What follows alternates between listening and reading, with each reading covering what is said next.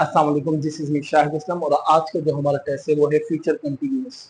Future का मतलब होता है मुस्तकबिल, कंटिन्यूअस का मतलब होता है जारी, यानी कि वो तमाम तर एक्शन जो मुस्तकबिल में यानी आने वाले वक्त में कंटिन्यू हो, प्रोग्रेस में हो, वो तमाम तर जुमले या उस तरह के तमाम तर एक्शंस को हम फ्यूचर कंटिन्यूअस में डिफाइन करते हैं। Means future continuous is the tense in which we talk about the action that are in progress in future. इसका स्ट्रक्चर बड़ा सिंपल है, subject plus will be plus first form of the verb with ING plus object plus ETC. ठीक है जी, future continuous. इससे पहले भी हम ये बात कर चुके हैं कि फ्यूचर मींस, फ्यूचर में ज्यादातर हमारे पास वो सेंटेंसेस बनते हैं या मोस्टली वो सेंटेंसेस बनते हैं जिसमें हम अपनी इंटेंशंस की बात करते हैं, अपने इरादों की बात करते हैं, और वी टॉक अबाउट प्रेडिक्शंस या फिर हम पेशेनगोइयों की बात करें। ठीक है, तो ऐसे जुमले जिसमें हम ये बताएं कि वो एक्शंस जो आने वाले वक्त में प्रोग्रेस में हो, उनको हम फ्यूचर कंटिन्यूअस में डिफाइन करते हैं या फिर बनाते हैं।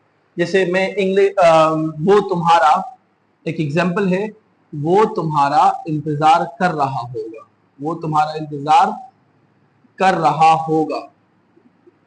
ठीक है, वो तुम्हारा इंतजार कर रहा होगा। हम इंग्लिश सीख रहे होंगे, हम इंग्लिश सीख रहे होंगे। पाकिस्तान तरक्की कर रहा होगा, पाकिस्तान तरक्की कर रहा होगा। वो मेहनत कर रही होगी। ये सिंपल इसके जुमले हैं। उर्दू में इसकी आइडेंटिफिकेशन ये है कि ऐसे उर्दू के जुमले जिसके आखिर में रहा होगा, रही होगी, रहे होंगे, ये आ जाए तो वो फ्यूचर कंटिन्यूअस के ही जुमले कहलाते हैं, यानी कि मुस्तकबिल में जो काम कंटिन्यू हो, जो एक्शन कंटिन्यू हो। स्ट्रक्चर में लिखवा चुका हूं। सबसे पहले हम सब्जेक्ट लगाएंगे। मैंने बात बताई थी कि सब्जेक्ट जो होता है वो जुमले में काम करने वाला होता है। वो तुम्हारा इंतजार कर रहा होगा। अब इसमें तुम्हारा इंतजार करने वाला कौन है? वो, तो वो क्या हुआ? सब्जेक्ट ही। फिर उसके बाद क्या लगेगा? Will be, he will B, he will B.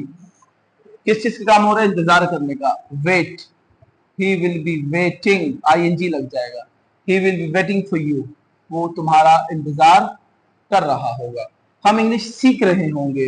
We will be learning English, we will be learning English, क्योंकि इसमें सब्जेक्ट क्या है? वी विल भी लग जाएगा। तो उसके बाद वर्ब की फर्स्ट फॉर्म के साथ आईएनजी, सीखने का काम और लर्निंग, ऑब्जेक्ट क्या है? इंग्लिश। पाकिस्तान तरक्की कर रहा होगा, पाकिस्तान विल बी,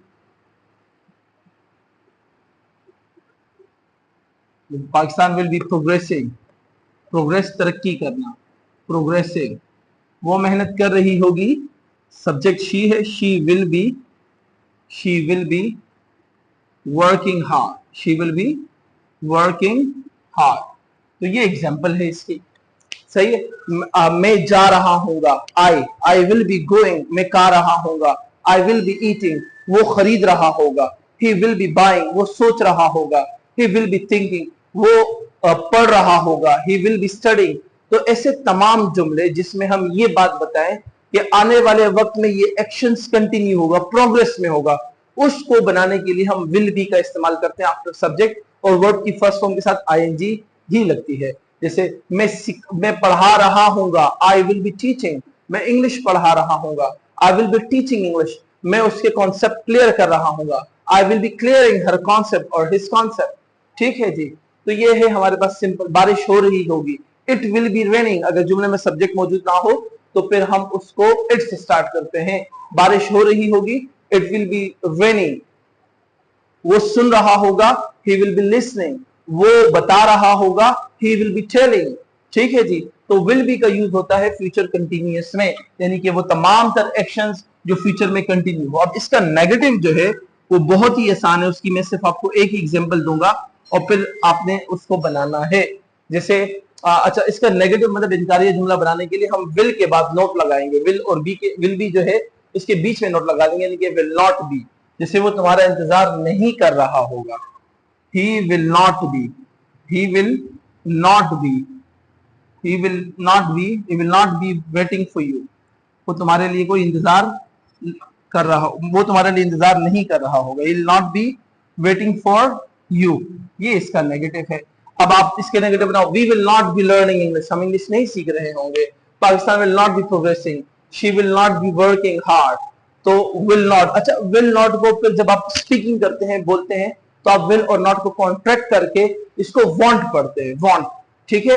अब want इस तरह से लिखा जाता है, जैसे मैं एक और एग्जांपल लिख दूं कि she WON अपोस्ट्रोफी के साथ T लगा देंगे, she won't be working hard, यानी वो मेहनत नहीं कर रही होगी, she won't be working hard।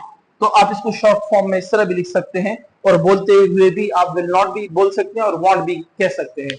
मैं नहीं जा रहा हूँ, I won't be going, मैं नहीं सुन रहा हूँ, I won't be listening, मैं नहीं पढ़ा रहा हूँ, I won't be teaching, मैं तुमसे नहीं मिल रहा हूँ, I won't be meeting you, वो तुम्हें इग्नोर कर रहा होगा, वो तुम्हें इग्नोर नहीं कर रहा होगा, या तुम्हें इग्नोर कर रहा होगा, he will be ignoring you, वो तुम्हें इग्नोर नहीं कर रहा होगा, he won't be ignoring you। ठीक है जी, मतलब फ्यूचर में अगर कोई एक्शन प्रोग्रेस में हो और तो हम उसको फ्यूचर कंटिन्यूअस में बनाते हैं। इसका जो इंटेरोगेटिव है, इंटेरोगेटिव में आपने ये याद रखना है, इसकी प्रैक्टिस करनी है। विल पहले लग जाएगा, फिर उसके बाद सब्जेक्ट लग जाएगा, फिर उसके बाद बी लगेगा, फिर उसके बाद वर्ब की फर्स्ट फॉर्म के साथ आईएनजी, देन ऑब्जेक्ट आप लगाएंगे, ठीक है। और लास्ट में क्वेश्चन मार्क लगता है। इंटेरोगेटिव मतलब सवालिया जुमले बनाने के लिए इंटेरोगेटिव, ठीक है। इंटेरोगेटिव जैसे क्या वो तुम्हारा इंतजार कर रहा होगा, क्या वो तुम्हारा इंतजार, क्या वो आपका इंतजार कर रहा होगा,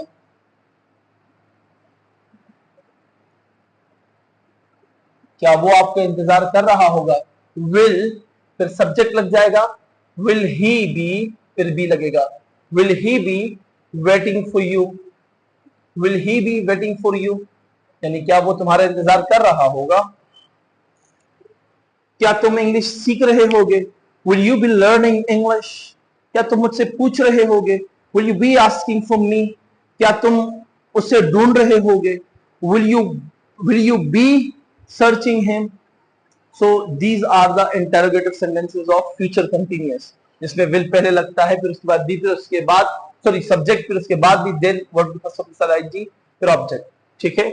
एक आखिरी एग्जांपल में देता हूं, क्या हम मंजिल की तरफ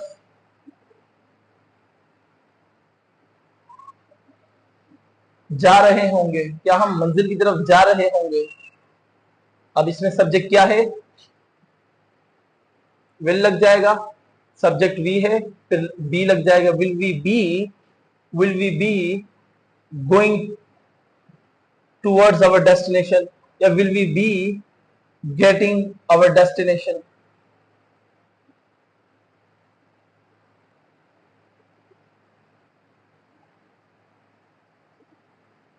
क्या हम अपनी मंजिल की तरफ पहुंच रहे होंगे, या जा रहा, क्या हमें हमारी मंजिल मिल रही होगी। So this was the future continuous, बहुत ही सिंपल, इसकी प्रैक्टिस करें। अच्छा, इसकी प्रैक्टिस आपको ज्यादा से ज्यादा करनी है, क्योंकि ये थोड़ा सा कंफ्यूज हो जाता है बंदा, but you have to practise, समझ में तो आ जाता है। जब आप इसके मतलब लिखते हुए आप जुमले लिखेंगे तो आपको बनाने में आसानी होगी, बट आपको स्पीकिंग की इसकी प्रैक्टिस करनी। जैसे मैं जा रहा हूँ, मैं जा रहा हूँ, आई विल बी गोइंग, मैं नहीं जा रहा हूँ, I will not be going और आई वोंट बी गोइंग, क्या मैं जा रहा हूँ, विल आई बी गोइंग। सो इस तरह की जितने भी जुमले होते हैं ये फ्यूचर कंटिन्यूअस कहलाते हैं। I hope you go I clear concept. Thank you so much.